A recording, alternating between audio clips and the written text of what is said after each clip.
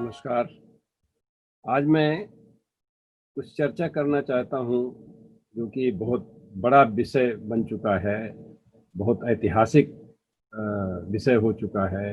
वो है राम मंदिर, जो कि अयोध्या में अभी उसका शिलान्यास एक हफ्ते पहले हुआ। भारत के प्रधानमंत्री ने किया, बहुत बड़े बड़े गणमान्य व्यक्ति थे वहाँ पर। तो मैं कुछ उसके बारे में एक अलग अपना विचार रखना चाहता हूँ, थोड़ा सा हटके। उसमें यह है कि पहली बात तो कि हमारे यहाँ पे भारत में मंदिर की प्रथा थी ही नहीं। तो प्राचीन भारत, जब राम थे या कृष्ण थे, उस समय इस तरह के भव्य मंदिर बना के वहाँ पे सारे लोग इकट्ठा होके पूजा करें या कोई भी त्योहार मनाएं, इस तरह की व्यवस्था थी ही नहीं। अगर आप भगवान राम की एक घटना को देखें, इससे पता लगेगा आपको कि जब वो लंका पर चढ़ाई कर रहे थे तो उन्होंने भगवान शिव की एक प्रतिमा बनाई थी। वो समुद्र के किनारे रेत से बनाई थी। तो इतना बड़ा कोई भव्य मंदिर नहीं बनाया उन्होंने कि नहीं नहीं हम इस पे पूजा करेंगे, ये करेंगे, वो करेंगे। वो प्रतिमा आवश्यक है, मूर्ति आवश्यक है, क्योंकि मूर्ति उससे जोड़ती है, उसके विचारों से जोड़ती है, उसके भाव से जोड़ती है। वो हमारे अंदर वो भाव प्रकट होते हैं जिसको हम अपना इष्ट मानते हैं। वो भाव से हमारे आचरण में वो आता है। इसलिए मूर्ति और प्रतिमा की आवश्यकता है, क्योंकि लोग अपने घरों में रखते थे, प्राचीन काल से भी रखते थे, अभी भी उसकी व्यवस्था है। सभी लोग अपने, खास करके हिंदू, अपने घर में एक छोटा सा मंदिर बनाते हैं, मंदिर कहा जाए या जो भी एक पूजा का स्थल होता है, वो सब करते हैं। लेकिन मंदिर बनाने की व्यवस्था या कोई प्रणाली नहीं हुआ करती थी। इसलिए ये समझना चाहिए कि उसका जो प्राथमिक उद्देश्य है मंदिर बनाने का, वो कि हम उसके अंदर हमारे भाव पैदा हों, प्रतिमा को देख के हमारे अंदर वो विचार हों, उनको अनुकरण करना, एक तरह से मॉडल होता है, उसके गुणों को हम अपने अंदर संग्रहित करें और उसे उसको अपने आचरण में डालें। वो चीज़ नहीं भूलनी चाहिए। अगर मंदिर बना तो कोई बात नहीं, लेकिन उसका जो मूल जो उद्देश्य है वो नहीं भूलना चाहिए। कभी ऐसा, बहुत बार ऐसा हो जाता है कि लोग, जो मूल उद्देश्य, हर धर्म में ऐसा है, मूल उद्देश्य कुछ और होते हैं, बाद में उसको धीरे धीरे लोग कुछ और बना लेते हैं। तो ये मैं कहना चाहता था। हमारे यहाँ मंदिर बनाने की परंपरा जो है वो ज्यादातर बौद्ध धर्म या जैन धर्म से आई, खास करके बौद्ध धर्म से, फिर ये ईसाई धर्म में भी गई और इस्लाम में भी गई, और वहाँ पे मस्जिदें बनने लगी, ईसाई गिरजाघर बनने लगे, बहुत सारे बौद्ध के की मंदिर बने और बहुत सारे स्तूप बने, तरह तरह की चीजें तो हिंदुओं ने बनाया। हिंदुओं के मंदिरों में जो है बड़ी खासियत है कि इन्होंने आर्किटेक्चर और बड़ा विज्ञान की तरह की चीजें उसमें डाली।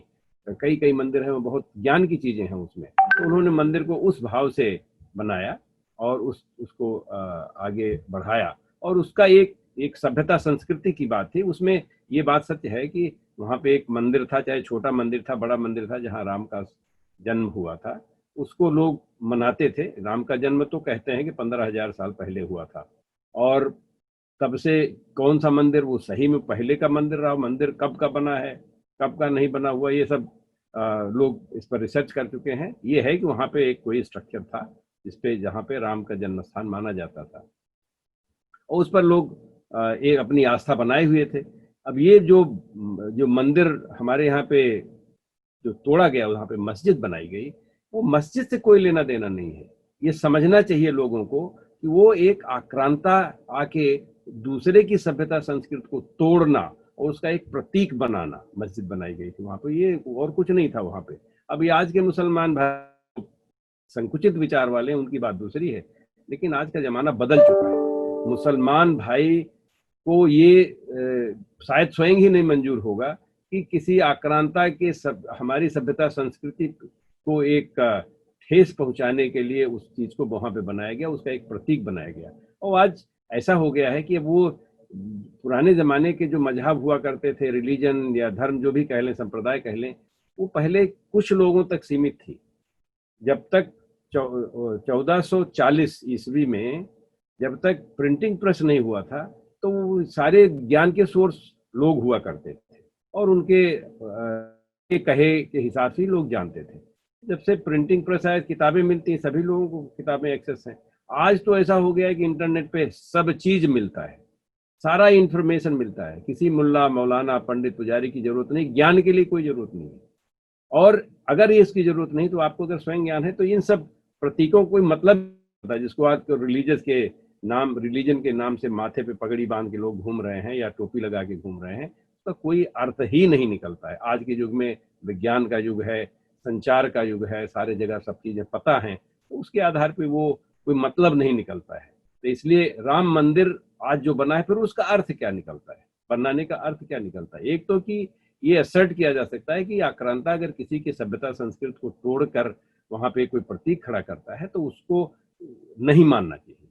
दूसरा कि वहां पे हम अगर उन्होंने राम मंदिर बनाया जो कि वहां पे पहले था, तो राम का मंदिर बना के अगर उसको राम को एक ताला लगा के उनके अंदर बैठा के और हम बाहर ताली बजाते तो उसका भी कोई अर्थ नहीं निकलता है।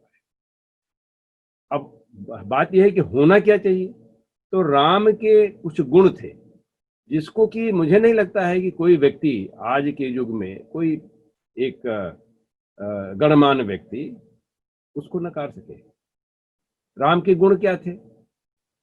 मैं 3 गुणों की बात करता हूं। एक गुण तो उनका ये था कि वो वचनबद्ध थे, जो भी कहते थे वो करते थे। वही नहीं, उनके परिवार की ये परंपरा थी, रघुकुल रीति सदा चली आई, प्राण जाए पर वचन न जाई। इसका सबसे बड़ा उदाहरण भगवान राम स्वयं थे। और ये चीज आज के युग में अगर कोई कहे कि नहीं मैं कोई बात कहूंगा और नहीं करूंगा, तो उसका कोई मान सम्मान कोई नहीं कर सकता है, तो उसको मानना चाहिए। और दूसरा है कि उन्होंने कहा कि वो जो भी कुछ जीवन में काम किए अपने जीवन में, उनको भगवान माने ईश्वर माने वो दूसरी बात है, एक इंसान के रूप में अगर आप उनको देखिए तो ये है कि उन्होंने कहा था परहित सबसे बड़ा धर्म, परहित सैस धर्म नहीं भाई। दूसरे के हित में उन्होंने अपना आजीवन समाप्त कर दिया, अपनों के लिए नहीं किया, औरों के लिए किया। अगर ऐसा मुझे कोई संसार में कोई ऐसी सभ्यता नहीं मिलती है जिसमें कि ये है कि वो उन्होंने अपनों के लिए सब अपने के लिए किया, अपनों के लिए किया और वो एक महान व्यक्ति पैदा हो गया, ऐसा नहीं हुआ है। तीसरा है कि उन्होंने एक प्रजा बनाई। प्रजा का मतलब होता है जो आत्मनिर्भर हो, और जो आत्मनिर्भर हो उसको नौकरी की जरूरत नहीं पड़े, उसको किसी के दूसरे के मुंह नहीं ताकने पड़े, और उससे फिर उस व्यक्ति को स्वतंत्रता मिलती है, और उस स्वतंत्रता से ही व्यक्ति मुक्त होता है। जब तक वो व्यक्ति आत्मनिर्भर नहीं होगा, सरकार के ऊपर निर्भर है, किसी दूसरे देश के ऊपर निर्भर है, किसी दूसरे व्यक्ति के ऊपर, कोई गुंडे के ऊपर निर्भर है, कोई बनिया के ऊपर निर्भर है, उससे अब व्यक्ति को स्वतंत्रता नहीं मिल सकती। ये व्यवस्था होनी चाहिए कि आत्मनिर्भर हो, और हर व्यक्ति, उससे कोई मतलब नहीं आप किसकी पूजा करते हैं या आप किसको कौन सा ड्रेस पहनते हैं, उससे कोई लेना देना। आप आत्मनिर्भर हैं, आपके अंदर स्वतंत्र भाव जागेंगे, और आपके स्वतंत्र भाव जागेंगे तो आपको मुक्ति मिलेगी, आप मुक्त हो जाएंगे। और जिसको मोक्ष भी कहा जाए, कहते हैं लोग, तो कोई बात नहीं है। तो इन बातों को अगर हम ध्यान में रखें तो महात्मा गांधी का जो उद्देश्य था कि वो एक राम राज्य की स्थापना करना चाहते थे, जो कि उसकी व्यवस्था है, वो ग्राम राज्य से होता है, राम राज्य होता है।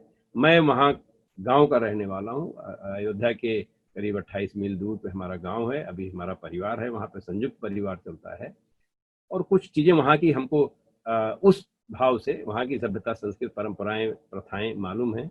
और उसके आधार में आप लोगों से विनम्र निवेदन करना चाहूंगा कि राम मंदिर को इस दृष्टिकोण से देखा जाए। जय हिंद, नमस्कार।